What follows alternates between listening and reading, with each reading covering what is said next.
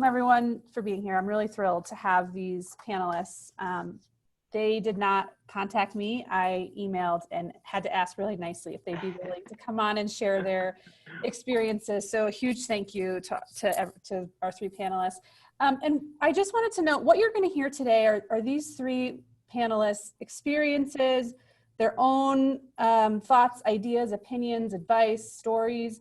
And I just want everyone to know, I did not ask them to speak on behalf of all women, and they certainly are not speaking on behalf of all women in their industry. So they're going to share what's worked for them, what hasn't worked, what they've seen others do. But that doesn't mean they advise you to take exactly what they did and sort of implement into your own situation. So just keep that in mind. All right, so we're going to start with the way we always love to start. We're going to have our panelists introduce themselves and then answer the question, what was your first job and what is your current job? So we're going to start with Arzu. Hi there, I'm Arzu Zarafshan. Thanks, Sarah, for inviting me to be here. It's very nice meeting all of you. My first job out of college, I'm assuming that's what you mean. Sure. The first real job. I was an engineer, so I went to engineering school and I joined Hewlett-Packard as an engineer. And currently, I'm a startup advisor and a startup investor. I advise and coach startup founders in scaling their idea, bringing their idea into fruition and turning it into a viable business, and then later on scaling it. Did you want to add your startup? Oh, yeah. I'm also launching a startup, and it's in stealth mode for a variety of reasons, but I will tell you about it, which I'm really excited. It's called Dispatch Mom. So I'm a mom. I have a 7-year-old boy. I'm also a full-time professional. I am very active with my community and you know, in networking, et cetera, et cetera. And I can't do it all. I can't do it all. And I finally, you know, decided that, I mean, we moms, I'm assuming a lot of you or some of you are moms and you can identify at any given point of time, we are not just one person. At any given point of time, we are 50. And, you know, it comes at a cost for us to, you know, be all of that. And we do it willingly. And this has nothing to do with how good, bad, indifferent our significant others are. We do it because we do it. Because we get it, we do it. And so Dispatch Mom is an on-demand technology platform. It is Uber for all things mom. So you get to dispatch a babysitter to your house. If you need childcare, it's on demand. If you need cleaning right now and you don't have time to clean because you have other things to do, you get to dispatch a cleaner to your house. Childcare, child transportation. I mean, how many of us are stuck in traffic or our meeting is running late and we can't get out to go pick up our kid from school, right? So child transportation, childcare, cleaning, cooking, pet care, and errands. That's awesome. That's my startup. Wow. Thank you. Thanks, Arzu. Okay, Melody. Hello, everyone. My name is Melody Mack, and my first job, like Arzu, was an engineer of coffee, also known as a barista. It was the best job I ever had. If I won the lottery, I would absolutely go be a barista again to make cappuccinos. My current job is multifaceted. I specialize in operations management and in the area of neurodiagnostics, which is a branch of neurology. My specialty within that is intraoperative neuromonitoring. Ask me about that later. It could take an hour in itself. I also run a business that does continuous EEG monitoring for patients in the ICU who are suffering from seizures and unconscious, and that's a 100% remote business. I need a whiteboard to really draw everything I do, but it's a neat field to be part of. Thanks, Melody. And Mel? Yeah, thanks for having me. My first job was actually after my first year of college, I started as a receptionist for a small oil and gas company. I came in from a temp agency, and I quickly became fascinated with the industry and the people that I were working with. They were such smart people solving really complex problems. So after my summer, they convinced me to stick around to be the director of first impressions, like I used to call it, the receptionist. And they convinced me to stay, and I transferred to CU Denver, and they paid for my degree as long as it was something that was relevant to the industry. So I chose business. So I worked there for 18 years, and I actually just left about a year ago. And so now I'm working at a very small firm that does mostly land services for oil and gas and energy development companies.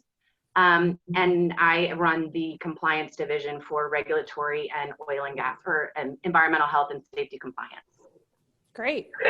All right, thank you. Before I get into my questions, I just wanted to note, for if you all have questions, go ahead and use the chat box. You can also raise your hand, and then we will have time at the end for Q&A. So if you have questions, don't hesitate to throw them into the chat box. I will see as we go. Okay, so we're going to start with Melody for this next question.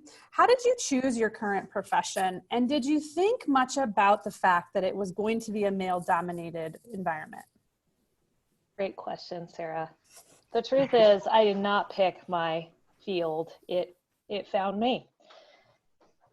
Long story short, I wanted to be a naturopathic doctor. I got into a program in Seattle, and when I got the initial estimate of the cost, which was going to be $500,000 for the program, I had to bail out of my original plan to be in medicine. I started working as an office manager and general office corporate kind of work. And suddenly I got a call from my dad, who was selling 401k plans to a neurodiagnostic company. And he didn't know what it was either. They filled them in, he gave them my resume, and they called me. And from there I got hired, I apprenticed in, and fast forward 13 years, I'm considered an elder in my field of intraoperative neuromonitoring, and I also own an EEG business. So I had no idea it was male dominated, because I just assumed it was a male dominated world. As a always ambitious, career oriented person, even as a child, I was thinking about career and having my own money. I had no idea that I would be gender-wise a minority in a lot of the rooms and places I wanted to be. It was a bit of a shock at times, and other times I didn't even notice it. Thanks. Mel? Yeah, that's so interesting. I also fell into this, right? Again, I just continued to learn and moved out of the receptionist job, obviously, and into other fields, and just kept learning and growing in that industry. And, I think, some of the land and regulatory staff still have a good diversity mix. But once you got kind of into that middle level, upper level management is where I really saw that dynamic of men, right? And you may be the only female in the room at any of those meetings. And so that's when I started to realize how important it is as females to be strong. But because I grew up at that company, I also had a very unique perspective that there were several of the guys that worked with me for, 15 years. So when I started at age 19, 15 years later, they're looking at me like, wow, you were such a kid. And, so I had an opportunity for some really dynamic relationships with those men. And like Mac said, I didn't really realize it, that was anything unusual, had I not seen the progression of the diversity at that lower level, worker bee kind of diversity. And then as you got up in the organization is where I really saw kind of that homogenous group that was running the organization. Yeah. Arzu? So similar to Melody and Melanie, I didn't really opt in for this position or this job. It kind of found me. And I'm the type of person that I'm open to possibilities. It's, I stumbled into investing. I think you know that, and Stacy knows that. And as I started investing in startups, I realized that I really enjoy advising them and coaching them. And, now it's a business. In fact, my investment portfolio is pretty much deployed right now, and all I'm doing is advising startup founders. And in terms of, the whole gender dynamics, I mean, starting from, the time I was a young starting engineering school, actually, I was one of the 3 women who graduated in the class of 60. And it's always been there. And, it's still there, not so much as a founder. Actually, there are tons of women founders, and there's some very, very robust founder networks. But from an investor perspective, less than 10% of women in the United States are venture capitalists.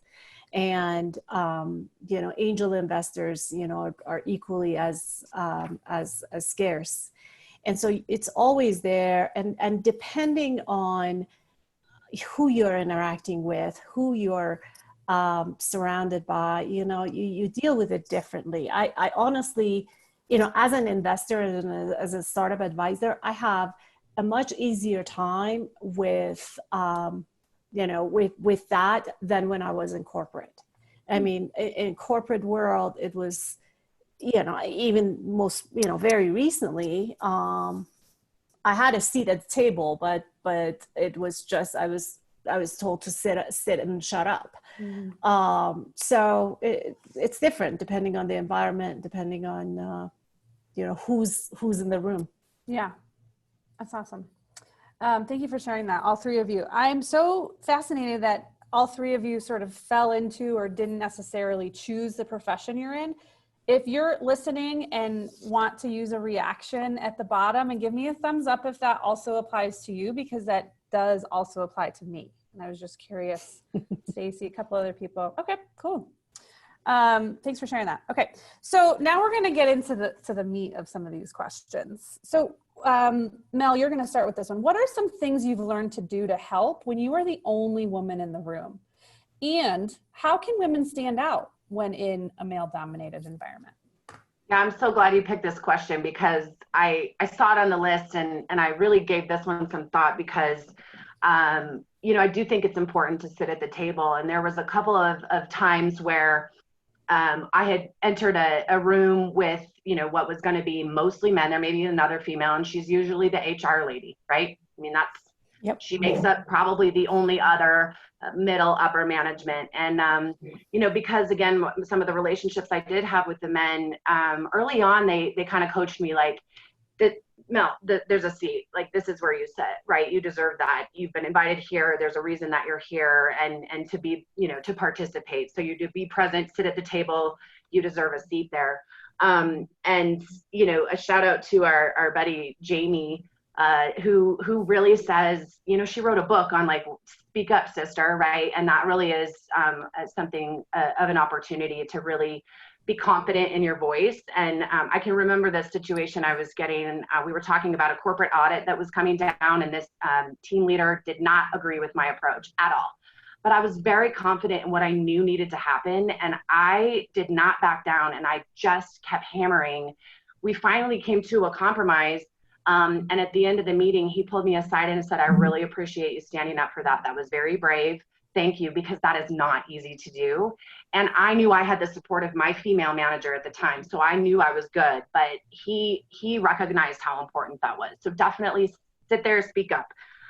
The other thing is, typically we fall into these, this is where that kind of bias happens, the gender bias comes in, and that we're gonna take a role of being the note taker, right? You're the only female in the room, you're probably gonna be the one to take the notes. And that's just gonna happen. But I flipped it into this opportunity to say, okay, I know I was a better note taker than any of those men, right? I was way more organized and could type a lot faster. But what I took as the opportunity to then drive the meeting, I was the organizer. I was the one setting the agenda. I had a lot more control over that meeting and those men because I was in that role and not just the note taker. And I was actually driving the content, which allowed me to also have relationships with those guys because they knew who I was, they knew why I was there, and they knew that I was going to have something to say, whether it was about the notes or the agenda. If that was all I had to add, that was at least something. And then the third thing, another shout out to Jamie, is powerful accessory. Whatever your accessory is that makes you feel like a Shiro superwoman. And for me, it was my red pumps. And I have these bright red pumps that I put them on and I felt great. So if I had a big presentation or a big meeting or anything like that, Jamie Dander is her name. Jamie Dander, she's a motivational coach speaker. She's a part of RISE as well as the Women's and Oil and Gas Association. She's a powerhouse. And I just did her Empower Hour last week, so I'm really still inspired by her. But anyway, the red pumps really made me feel powerful, but none of those guys had any clue. And maybe somebody would comment on some like snappy shoes or something like that, but they had no idea that that was what was giving me such confidence. And so, finding that really powerful accessory that gives you, kind of that secret boost is always something I found useful in those kind of stressful meetings. Thanks, Mel. Arzu? Yeah, I think a lot of that Melanie has touched on. I absolutely echo what she said about speaking up. And there's a risk. For me, and I've been in corporate for 20 some years. For me, I'm okay with the consequence. There is a consequence to speaking up. And I understand that, and I'm okay with that. That, as you were saying, Sarah, I'm not suggesting every woman would adopt that philosophy. But for me, I knew where my limit was. And if that limit was crossed, I didn't care about the consequence. So speaking up really helped me be and feel respected versus liked. I really didn't care about being liked all that much, but I really did care about being respected. And so my word was always respected, even though it might not have been popular. And I was okay paying for the consequence. And I have one example for that. This was actually at a client, big time contract that I had with this client, 6 figures annually. And we had a meeting, and a company-wide meeting, and they had lost some diversity. Well, they had lost the only diversity that they had in their C-suite. And there was a young woman that had written this manifesto. And this manifesto was speaking to why the company needs more women in their C-suite. And she had, all the stats, and it was just very, very impressive. It was very, very apparent that she was nervous as she was saying this. She was losing her breath and she was speaking very fast.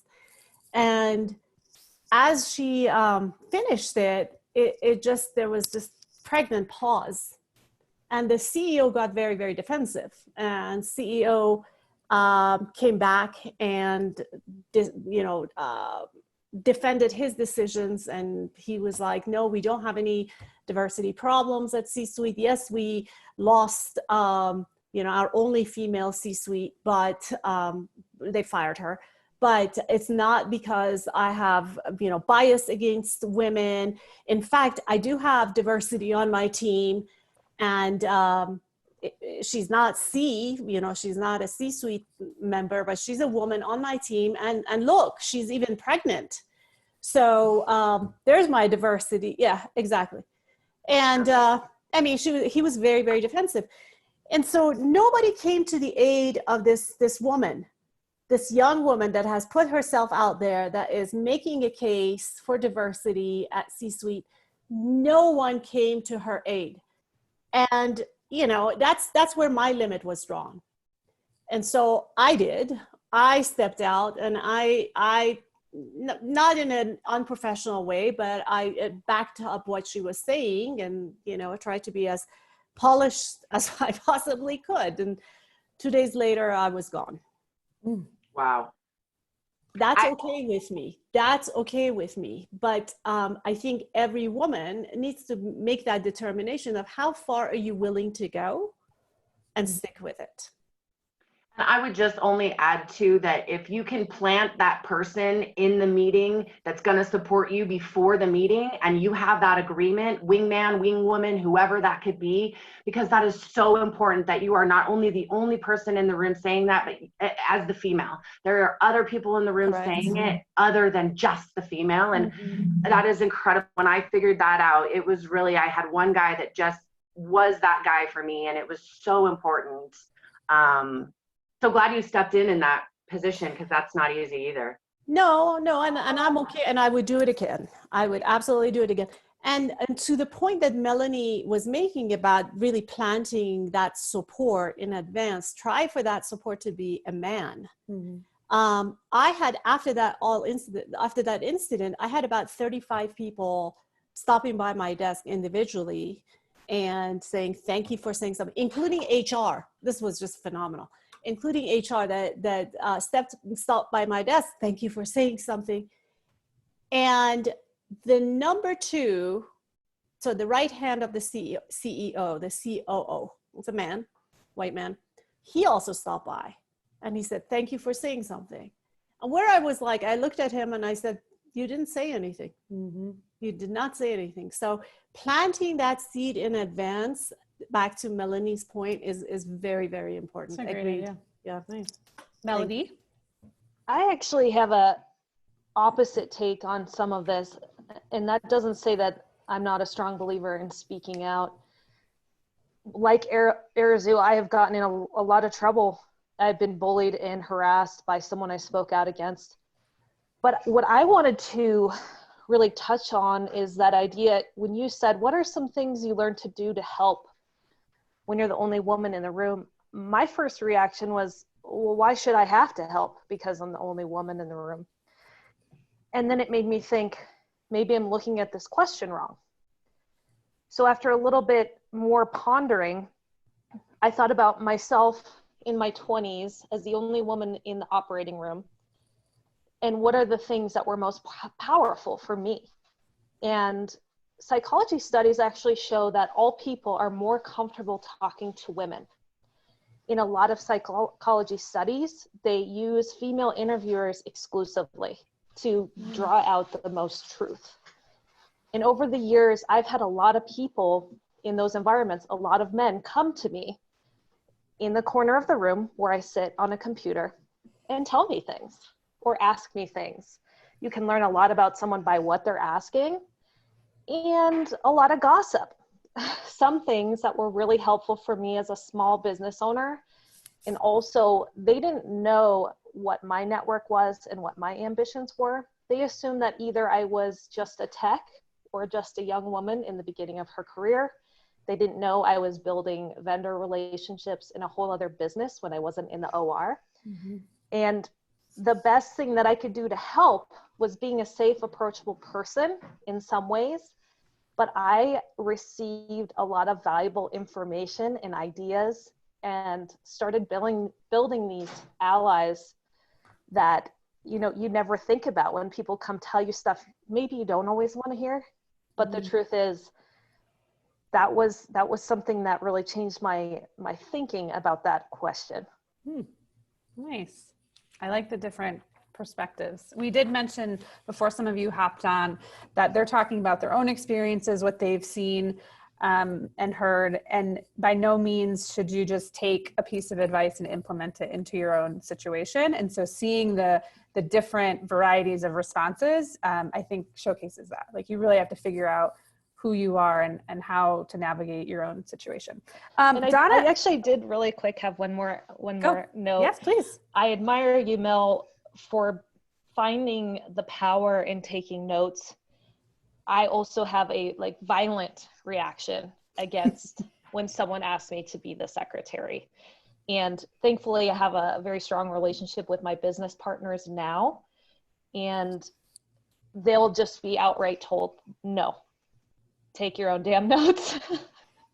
So And there's absolutely approach. power in that too, because Mhm. that kind of deflects that what looks like a bias, right? That's coming through like, hey, I'm not the note taker just because I'm the only woman in the room, right? I mean, and there's a way to spin that too, is to be like, nope, someone else can do it, or take your own notes. I'm not playing the part. Nice. All right. We had a comment from Donna in the chat box. She has a question. So I'm actually going to tack it on to my next question. Have you ever experienced the boys club mentality? And if so, how did you handle it or wished you handle it? And then I'm going to add on Donna's piece. Have you noticed any changes in this type of dynamic over the last 5 years, specifically because of movements like the Me Too movement that have come out? I don't remember whose turn it is. Arzu? Okay. About the boys club, absolutely, every single day, every single day. And oftentimes, again, depends on the situation, but most often they don't even know that they are perpetuating this, boys club environment. It's not out of malice most of the time. It's lack of awareness. And so many examples, like, hey, the team wants to go out, for beer at 6 p.m. and you have a family to go to. So they go, and you don't. The jokes, like, this was another thing in one of the companies I worked for. Monday morning executive meeting, the conversation was all about hunting, and they're all showing pictures of dead animals that they hunted over the weekend to one another. And they don't know. They don't know that this is not inclusive. What I have seen has worked is really a structured program for leaders to get educated about diversity and inclusion. I don't see like organic education, like movements such as Me Too. All I've seen, honestly, for that to have a backlash, to create division. What I have seen worked is, when at board level, there is a mandate of, a structured program for diversity and inclusion, and the leaders have to go through it. And oftentimes they don't like that. They, whine about it. But when they do go through it, I've seen good outcomes from that. I hope that answers the question. Sure. Yeah. Who's after Arzu? Me. Okay.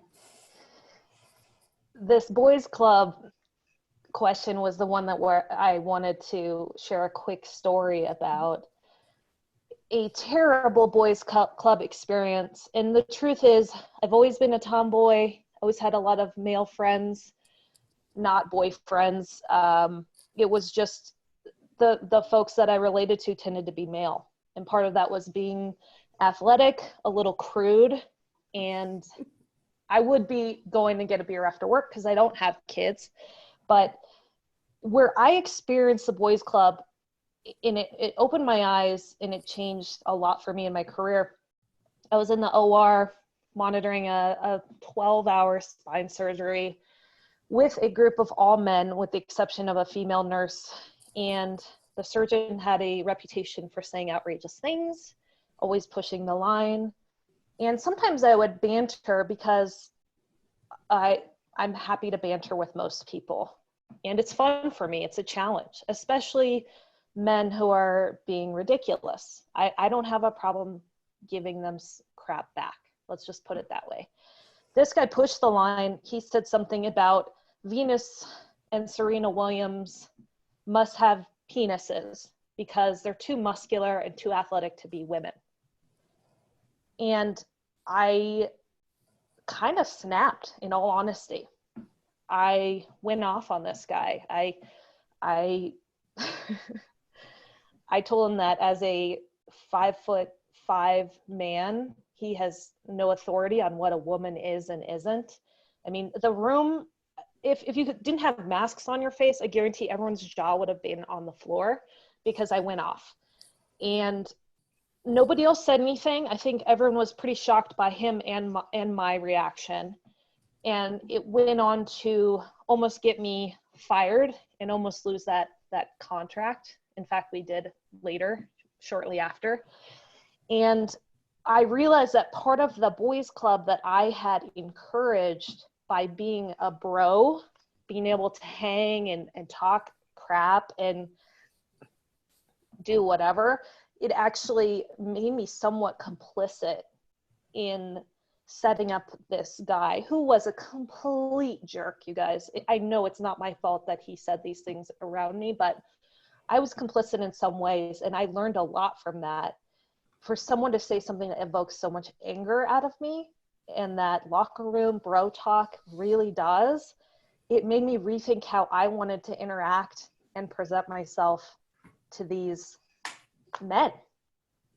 So yeah, and the changes I've seen, to address Donna's added question, is I am not hearing as much explicit sexism. And I think some gentlemen are being gentlemen because they realize it's not appropriate work talk, period. And a lot of them don't talk that way anyways, even in private with their friends. The ones who push the extremes and got a rise out of people, they all got in trouble for the most part. And those who still continue to do it, they get called out and reported. And it's really become a much more comfortable environment in the operating room. And that is what I am speaking to exclusively. Okay. Yeah, that I you know, a lot of that resonates with me in that, you know, it was always kind of Mel and the boys. You know, I was golfing or doing whatever with the guys. And, you know, I always tried to like stay interested in what they were doing, but because I had that athletic side or, you know, maybe hunting or something like that, you know, that fishing, those types of things, right, that are typically male conversations, I at least had something to add to that. So I felt like it was a little more comfortable to be in those situations. And I just didn't necessarily think of, you know, the boys club and that I wanted to try to be a part of that club because there's a lot of talk that happens in those circles.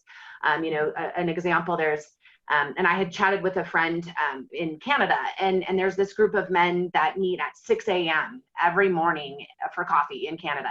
And they sit at this exact same table, and they, you know, everybody can see exactly where they're at when you're coming into the office. These men are sitting there. And so they sit there at 6 a.m. Well, you know, to the point earlier, not everybody can do that, right? So now all of a sudden, if you're not at that table yet, you're their peer, you're out of the circle, you're out of the loop, you're not in those conversations. And so a lot of those kind of informal things, and there's never a female, but I made the point every time possible when I was visiting Canada to go sit at that table, because it was then I was visible, and I tried to at least navigate that. And I can see how that, you know, helps and hurts, right? Because now the women start talking about what I'm doing with the men, right? And now I'm trying to battle with women. I mean, in all honesty, that was a lot of what I was navigating in my very early career was women, and women not supporting women, and some woman that was threatened by me for some reason because I was a young kid trying to learn and climb the ladder, like, and she was the one that was pushing me down. It wasn't the men at the time. So that's why when I finally got up to the, you know, upper level, that it was just kind of interesting that it was a different battle I was fighting now. It wasn't these men. And, you know, so that's where I think, right when I was getting ready to leave the company, I was really trying to find the line of inclusion and diversity, because my biggest thing about women being at the table, at any table in any group, is inclusion, the diversity of thought. And we think differently than men, but so does somebody from Canada thinks differently than the guy in Midland, Texas, right? Or, you know, just your cultural background. But when you've got this homogenous group, and I call them the MOGs, the middle-aged white guys, that is what, they're all the same guy. They all went to the same school. They got petroleum engineering degrees, and they did this, right? And those are all these little biases that come up, right? We've got, what is it? Affinity. right? Your affinity bias, because your qualities are similar to mine, we're gonna be great together. And so that's how those circles start, right? And that just perpetuates. And so I think that's really what's to me the problem with an undiverse group is the thought. And you can't solve those complex problems without the female voice. You can't solve the complex problems without the empath in the room, right? I'm not necessarily an empathetic person, but man, that empath really has a great perspective that I certainly don't. And I feel like that's where we need those conversations in those corporations to understand diversity of thought is the most important thing you should be doing with adding females to your teams. And it's not just the token female, right? It is the person that's the most appropriate to be at that table for that job, for that project, for the whatever. And we were just broaching that subject. I had sat through this webinar, a talk from this gal, Dr. Corey Wong. She is a professor up at CSU, and she runs the Women's Collaborative effort at CSU. And she was promoting the Feminist Fight Club book. This book is fantastic. We should definitely check it out at Rise. It's really cool, and it's these chapters of how to help. I mean, you know, like there's some profanity like in the very first chapter. So if you don't like dirty language, this one's maybe not for you. But what I was trying to do is figure out where that line is at my company. Where can we start this conversation about diversity?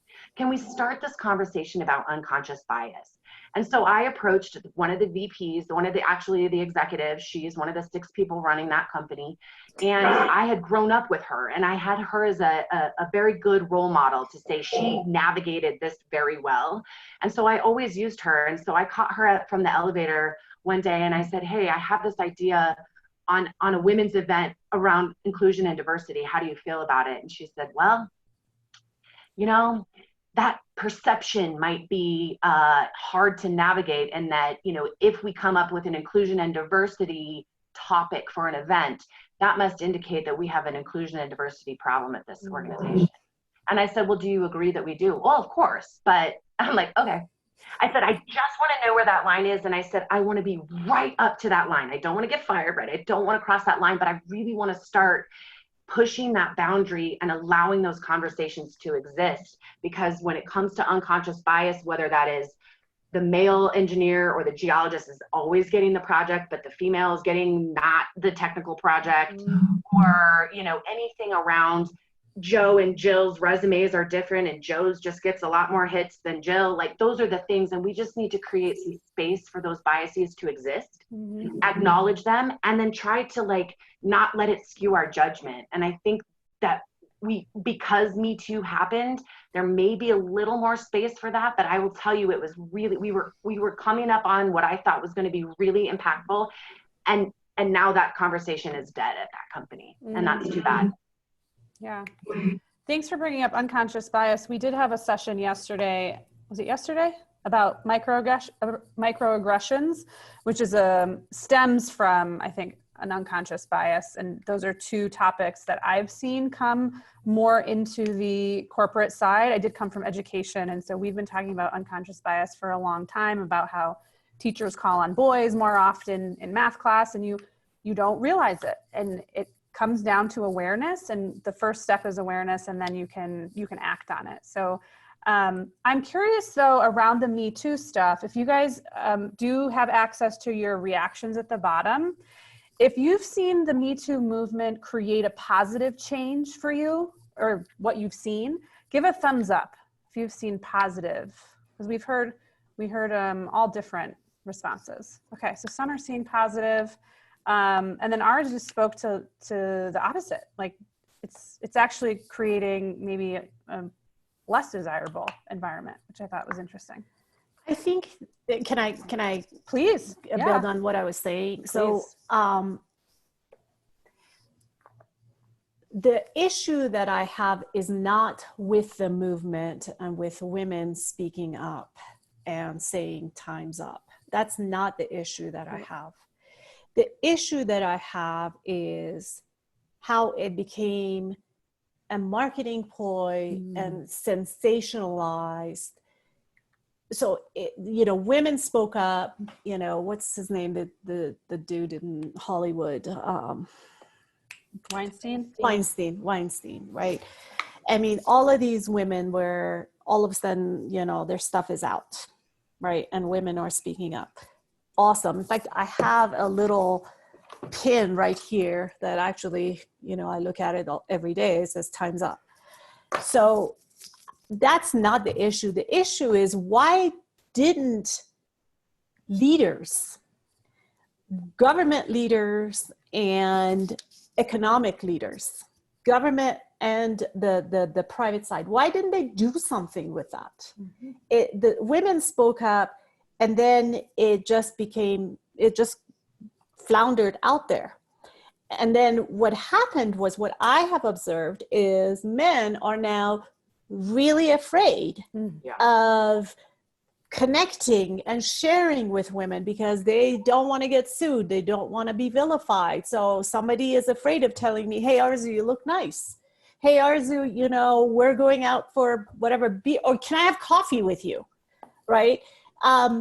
That's what I don't like, because I feel like there was this amazing opportunity for influencers and leaders to do something with it other than turning into a marketing ploy. For sure. And that opportunity was lost. Yeah. And I think your point on what leaders did with that movement was really the key. I mean, that's a really good point. So that I think people are afraid, right? And I think I had some conversations with some men around that, and, you know, they don't know how to act around a female. And so we should tell them, you know, like, what's appropriate, and kind of steer them or tell them. I mean, it was fascinating having a couple conversations with people that were talking about, like, yeah, you know, somebody gets emotional or something like that. Like, how do I even handle that? Like, what do I even do? And, you know, I think that was where I was like, well, wow, if we could get men to sit at the table to hear about what women talk about, these unconscious biases, maybe they have some that we don't even know about, but, like, can't we just have, like, talk about it? And I think, again, that's where, you know, that Me Too movement may have stifled that openness a little bit. And, you know, hopefully there's a way to steer that back into using it into something really good that opens up the conversation for awareness of bias, and get the men to understand the women a little bit better, and be able to say what's appropriate and what's not. Because unless you have those conversations, nobody is going to know what's appropriate for you or me. And those might be different. Yeah, that's a good point. Thank you all. Have you ever had a situation as a woman that you didn't know how to handle? There is no handbook. I think we all realize that. A lot of what I do in my life, it truly is fake it till you make it. Anyone who's been around me more than 5 minutes will hear me say that, because that's a big part of how I've found success, to be honest. And faking it till you make it isn't not being authentic. It really just means pounce on every opportunity, dress for the part, go for it. But to engender a situation that made me feel, as a woman, I don't know what to do with this. The first thing that came to my mind was when a surgeon who I had more of that boys club camaraderie with started texting me after hours, and he's a married man. I'm a married person, and I was not aware I had been flirting. I was just being friendly. I imagine a lot of women have experienced this in some of their relationships with men at work or men in general that are not romantic, but sometimes men just get the wrong idea, or they just like you. It's, you know, sometimes you can't help it. You're just likable, right? But in this case, it was a very uncomfortable, impossible for me to navigate. I was not prepared. No one ever coached me. Here's what you do if one of your high level, high clients starts inappropriately texting you and trying to engage in a relationship with you outside of work and out of marriage. It was awful. And it was another situation where I brought it to my male boss, and he just kind of blew it off and said, well, just ignore him. Like, I have to work with him tomorrow. And the truth is, I don't think I handled it well. And that was another one of those situations where this person went after me and tried to hurt my career because I wasn't interested in him in that way. And I had to cut off all the friendliness, period. It was awful. I should have added a secondary piece to this, to make it a little bit more positive. I apologize. It's okay. I can make it positive. Well, I wonder just, is there a situation as a woman that you didn't know how to handle? And looking back, is there something that you would have wanted to do differently, or maybe someone who did offer a lot of support that maybe you advise the rest You know of what us it on? did give me, Sarah? Yeah. That surgeon was still around a couple years later when I rose to the ranks and was managing a team of younger female techs. It gave me the vision to see what kind of somewhat predatory behavior he had with young females in his room. And I was able to warn and give support and advice to my younger female colleagues who ended up being approached in the same way. So it gave me a chance to head it off at the pass for them. Nice. Thank you. Well, I just thought about this once you said to keep it positive in this situation. No. You don't have to. This is like yeah, no, I mean, and again, I'll go back to the just having relationships with people, I think, again, is important, and that confidence and, the likability and all of those things. But again, going back, I guess, to the situation where, it was a female that was really, I was struggling with more than anything. And it was such a weird dynamic because I literally said, here's the answer to the question, right? I mean, it's a rule, like rule 1041 says this. And she sat up and looked at my boss, who was also a female, but they were friends. And she looked at Kathy, and Kathy said, well, yeah, rule 1041 says this. And she was like, oh, well, okay. And then the next question, I literally answered again. Well, it says this. And she looked at the other one. Yeah, okay. And I'm sitting there like, well, this is bizarre. Why is this woman not listening to what I have to say? And it was so bad that it continued throughout this entire meeting, and I about lost it. I don't know how I didn't, because that's the first time I'd ever been confronted by that. I was like, this is so bizarre. But does anybody understand what's happening? And because I was friends with my boss, I knew we would kind of debrief. At the end of the meeting, it's not unlike what was said earlier. They each individually came by to my office and said, man, I am so sorry of how she treated you. That is so bad she's treating you like that. And I'm like, well, yeah, but what's anyone about it? And so at some point I did have to go to my boss and I said, it's basically her or me, because it's not an environment that I want to be working in. We are not productive. And they moved her out of the team, and I got to continue working on the really good work that I knew I was doing. But that was a very weird situation for me to confront. I'm not sure what I'm supposed to be doing in this situation. And so it was almost one of those things that started and ended quicker than I would even have figured out how to navigate it. So I really can't really think of another situation where I wish I would have done something different. I'm pretty much do what I do and kind of don't really look back, right? Right or wrong, that's me.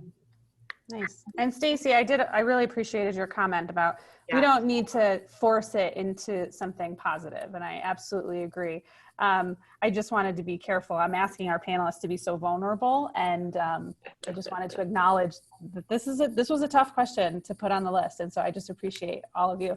I know we need to get to Arzu. I want to hear what you have to say. And then if Kara asked about getting emotional or crying in response to some of these, and what do you all think about that? So Arzu, you go, and if you have something to comment on that, throw it in there. Yeah, I do. And I do want to talk about the prior question also, please. And then I'll add this up.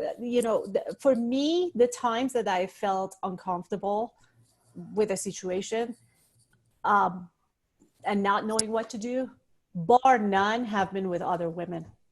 not once have been with another man. Because with men, I'm like, okay, well, I'll offend them. They'll think I'm a, witch. Well, whatever. Okay. Oh, well. With women, I go into the discussion, I go into the situation with a complete different set of assumption. And when that is proven wrong, I find myself just clueless about what to do.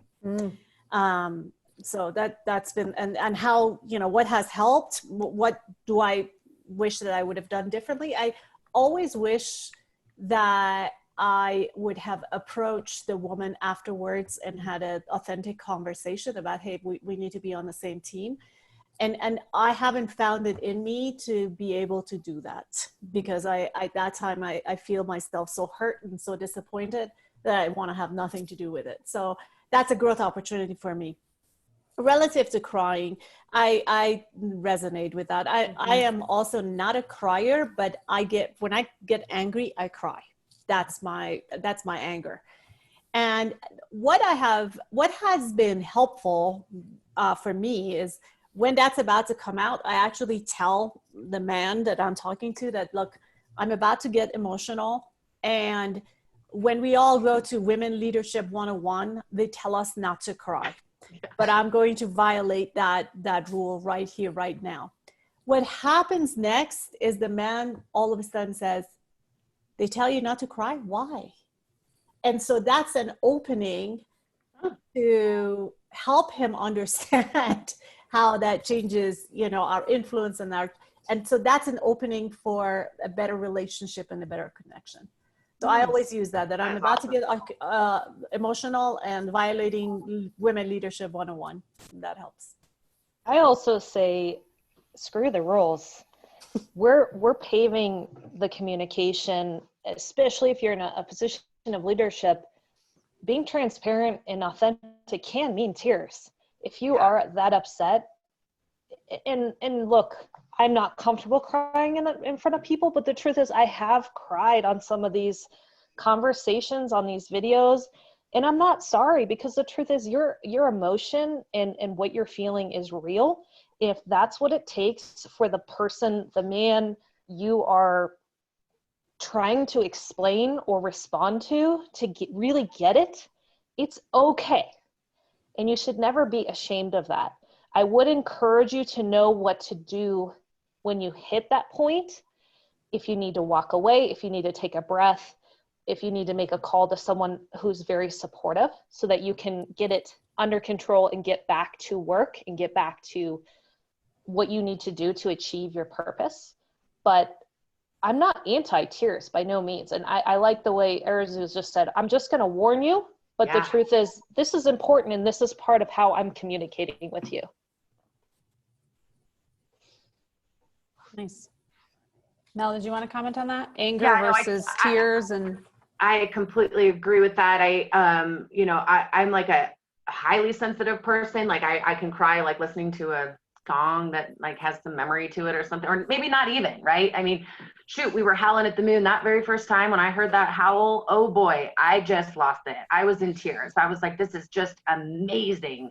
And so I think you're right. Like being able to figure out how to kind of cope with that. I love the suggestion of like, hey, this is coming, guys. I can feel it, right? You can feel it before it's there. Your body is having a reaction before it's there. And so I love being able to kind of temper that expectation of like, yo, I'm kind of about to lose it here. But, I think there, and I can only think about this last situation where I absolutely lost it and I had to leave the room. I could not even contain how pissed off I was. And they had never seen me react like that, not ever. And that to me also demonstrated I was in a pretty toxic place and a pretty toxic environment, and I was not really doing very well. And that was kind of when I really realized that I had to make a change, because it had impacted me so much that I had this emotional, visceral reaction I could not control. So that was an interesting, wake up to say, okay, this is not normal, and this doesn't have to be that way too. And I would just say, I think we're probably coming to the end. Yeah. You know, we talked a bit about women in those industries, but I will tell you, you know, I got introduced to Rise, thank the Lord, because it has been the most refreshing experience to get out of the competition. What is oil and gas? Everyone's holding on to their jobs, everyone's holding on to their stuff. And these are like women supporting women and lifting each other up, and everybody, it's like the most refreshing thing. At first I was kind of like, well, what do you want from me? Like what, you know, and now it's just like, so I really appreciate the conversation, because this is an important topic. I hope we do get to spend more time talking about, or that all of us can kind of talk more about that in our normal conversations. But Rise has just been so great. So thanks for coordinating this, and you guys are doing a fantastic job. Thanks, Melanie. And I know there were a lot of other questions we didn't get to. So final word from Melody or Arzu, if there's something I didn't touch on that you feel compelled to say, please do. So Let me look at my notes. Yes. Let's see. In all honesty, I know I've talked to a lot of you privately, and we've talked about what it feels like to walk into a room of men, and we definitely all have different experience and reactions. But one thing that in my experience has helped me overcome fear, but also have a moderate amount of success, is not letting intimidation or fear stop me. I've been in so many uncomfortable situations where I had to walk up to a new surgeon or a CEO, and you should never not approach anyone that you need to or want to approach, no matter who they are, especially men. And I'm disappointed we can't shake hands anymore, because that is a powerful tool. Yeah. But until then, your eyes tell a big story, and just know that all the power that you have in these situations is within you. You just cannot let fear or intimidation stop you. Thanks, Melody. Arzu? What Final she word? said, what she said, what she said. Awesome. Thank you all so much for being here. And I did put a comment. This chat box was awesome. So I feel terrible we didn't get to do Q&A, because I know these three gals would have also had a lot more to share. But I really loved how y'all used the chat box, and I hope you did get some of your questions answered. So thank you, Arzu, Melody, and Mel, for being here. I agree this conversation just needs to continue, and I hope to see you on programming more in the rest of May. Have a great week. Thank you Happy so much. Thursday. Thanks, everybody. Bye, everyone. Bye. Nice to meet everybody.